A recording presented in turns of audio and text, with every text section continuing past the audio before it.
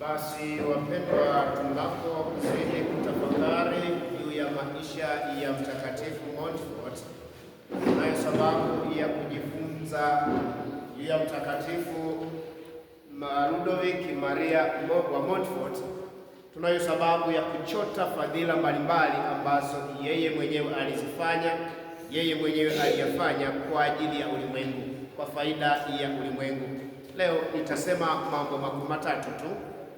Jambo la kwanza ni lile linalohusu hekima na upuuzi, lakini jambo la pili ni juu ya Wakristo wakamilifu, na jambo la tatu ni juu ya wito wa Bwana wetu Yesu Kristo. Lakini pia wapendwa, tunapotafakari juu ya hekima na upuuzi, tunataka kusema nini? Katika maisha ya mwanadamu, katika maisha yetu ya kila siku, kuna mambo ya kipuuzi mengi tu, lakini kuna mambo pia ya hekima. Sasa kati ya mambo ya upuuzi na mambo ya hekima, utapenda ufuate mambo yapi? Utapenda uyashike mambo yapi? Utapenda uyaelewe mambo yapi? Lakini kikubwa, lazima tujifunze yale mambo ya hekima. Hayo ndiyo ambayo tunapaswa kuyabeba, ndiyo ambayo ambayo Mtakatifu Ludovic Maria Montfort aliweza kuyabeba hayo ya hekima na kuyapeleka kwa ulimwengu na kuyaleta kwetu, na kumbe leo tunajikuta tunawiwa kufuata fadhila zake, kufuata hekima yake na kuiishi hekima yake. Na ndio maana tuko hapa kwa ajili ya yale ambayo aliyaanzisha, yale ambayo aliyatangaza kwa ulimwengu. Tunapotazama juu ya hekima, tunataka kusema nini? Mtu mwenye hekima ni yule ambaye anatambua ubora wa kitu, uwepo wa kitu, na jifunza jambo jema kutokana na kitu fulani. Na ndio maana hapo unatajwa msalaba. Msalaba, yule ambaye anaupenda msalaba, anaujali msalaba, anauheshimu msalaba, anajua na kitu cha kujifunza kutoka kwenye msalaba, basi huyo ndiye mwenye hekima. Lakini yule ambaye anaona kwamba kwenye msalaba sijifunzi chochote, sitambui chochote, sielewi chochote, basi huyo afanane na mtu ambaye anaweza kuitwa ni mpuuzi tu.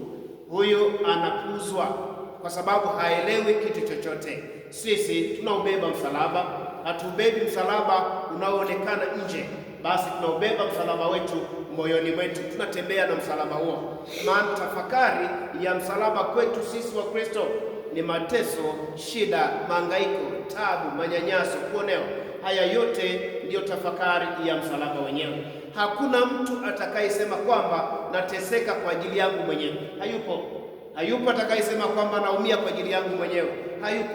Hayupo atakayesema kwamba nanyanyasika kwa ajili yangu mwenyewe. Hapana, hayupo. Watu wa namna hii hawapo. Kumbe tunapoteseka, tunateseka kwa ajili ya wenzetu, tunaumia kwa ajili ya wenzetu, tunajimaliza si wenyewe kwa ajili ya wenzetu. Ndicho alichokifanya Bwana wetu Yesu Kristo mwenyewe. Aliumia, aliteseka, alikufa, lakini si kwa ajili yake, bali kwa ajili ya watu wengine. Ndicho ambacho tunapenda kujifunza, ndicho ambacho tunapenda kukichota kiwe sehemu ya maisha yetu, kiwe sehemu ndio fundisho katika maisha yetu ya kila siku. Lakini tunapotazama somo letu lile la pili, na masomo haya yanafuatana. Somo lingine linatoka barua ya Mtume Paulo kwa Wakorinto kwanza, barua ya kwanza Mtume Paulo kwa Wakorinto sura ile ya kwanza, lakini la pili pia linatoka barua ya Mtume Paulo kwa Wakorinto, barua hiyo ya kwanza sura ile ya pili yake. Kwa hiyo yanafuatana. Kwa hiyo tunaona kwamba somo hili nalo linadokeza wazi kwamba Wakristo wakamilifu, hawa ni Wakristo wa namna gani? Ni wale ambao wamekomaa katika imani, lakini pia ni wale ambao wamekuwa na uadilifu. Sasa wewe unaweza ukajitafakari na kuona kwa nafasi yako, je, wewe umekomaa katika imani?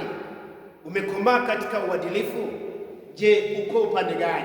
Sasa wale waliokomaa katika ukamilifu, basi ndio hao ambao wamekomaa katika imani. Sasa imani ni kitu gani?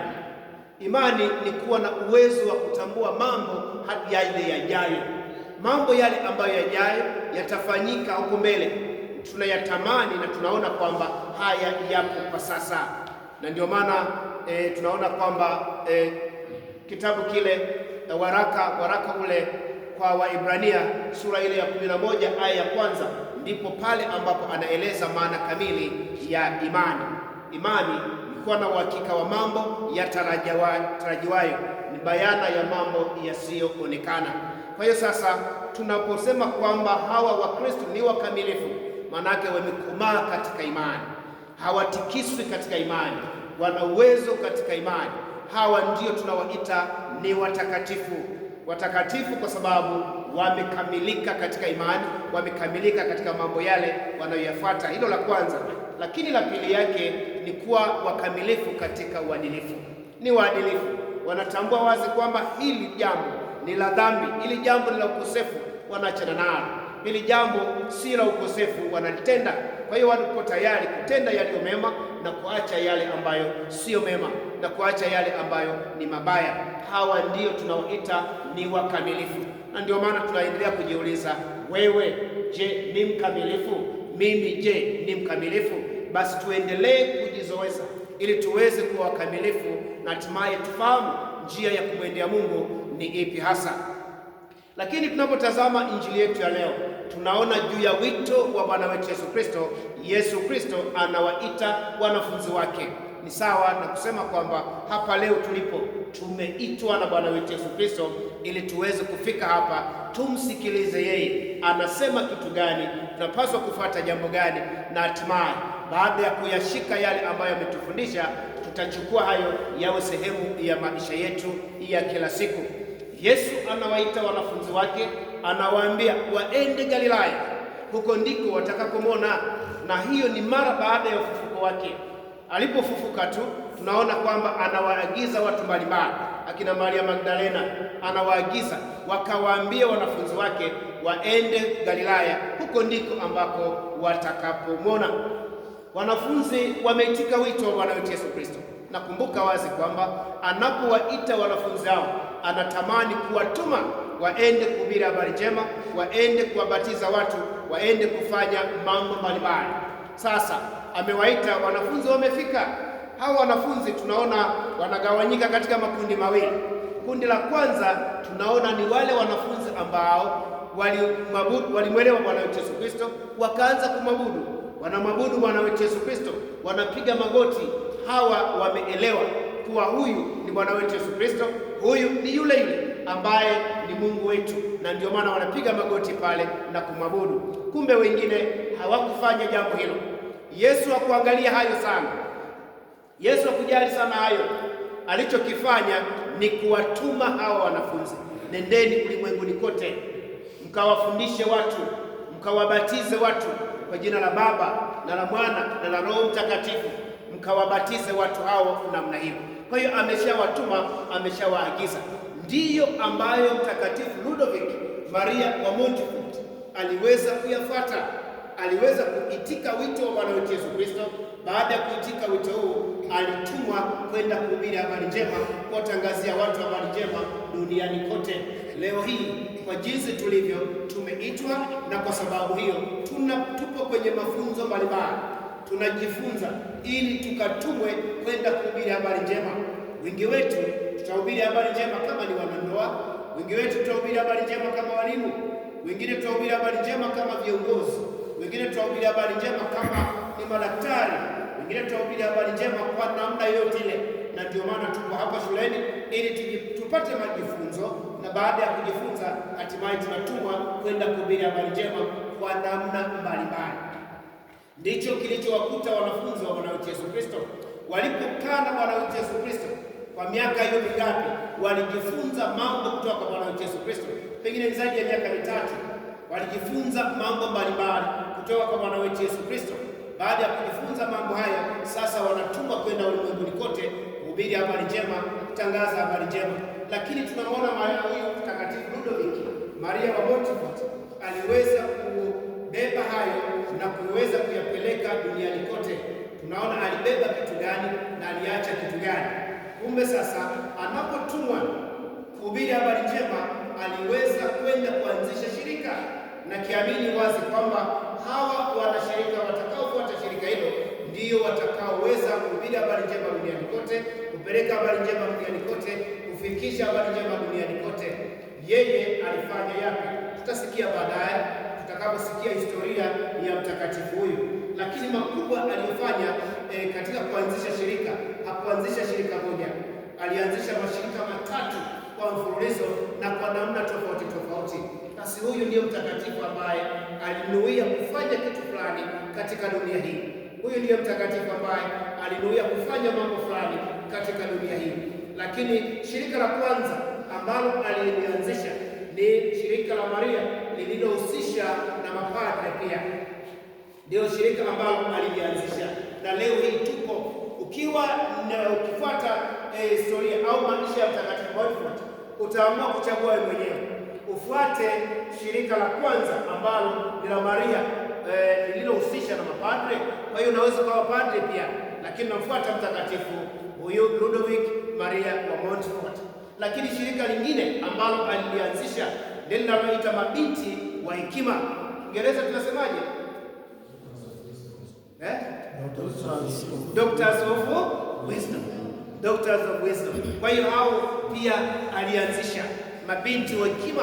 Kwa hiyo ukitaka kuwa wewe sasa, sitaki kuwa padre, lakini pia nataka kuwa hasa wasichana, nataka kuwa mabinti wa hekima, nendeni mkapeleke hekima duniani kote. Na ndio maana ile somo la kwanza linadokeza jambo la hekima ndani yake. Hekima ni wale wenye hekima ni wale wanaofuata msalaba wa Bwana Yesu Kristo, wako tayari kuumia kwa ajili ya watu wengine, wako tayari kuteseka kwa ajili ya watu wengine, wako tayari kujimaliza kwa ajili ya watu wengine. Hao ndio mabinti sasa wa hekima. Lakini jambo la tatu ambalo alianzisha ni maburuda wa Mtakatifu Gabriel. Maburuda wa Mtakatifu Gabriel, hao pengine ndio sisi pia. Lakini haya yote ni kwa sababu mtu asisingizie, asije akasingizia kwamba mimi nilishindwa kufuata kimojawapo. Wewe kama unashindwa basi unaenda kwenye upadre, lakini unafuata maisha ya Mtakatifu Ludovic Maria wa Montfort. Lakini kama vinginevyo unafuata kuwa uwe ni mmoja kati ya mabinti wa hekima, nayo ni sawa tu, au ukafuata kuwa ni buruda wa Mtakatifu Gabriel. Haya yote yanawezekana, ni uchaguzi wetu, is our own choice. Uko huru kuchagua ili uweze kumfuata Mungu ukiwa mkamilifu, uweze kumfuata Mungu ukiwa ni mwenye hekima, uweze kuachana na mambo yale ya kipuuzi, uachane na mambo yale yasiyofaa, uachane na mambo yale ambayo hayana maana yote. Siku zote tunapofuata msalaba tunayo mafanikio makubwa. Tunapofuata msalaba tunaelewa tunachokifuata. Tunapofuata maisha ya msalaba tunaelewa njia ya kumwendea Mungu ni ipi.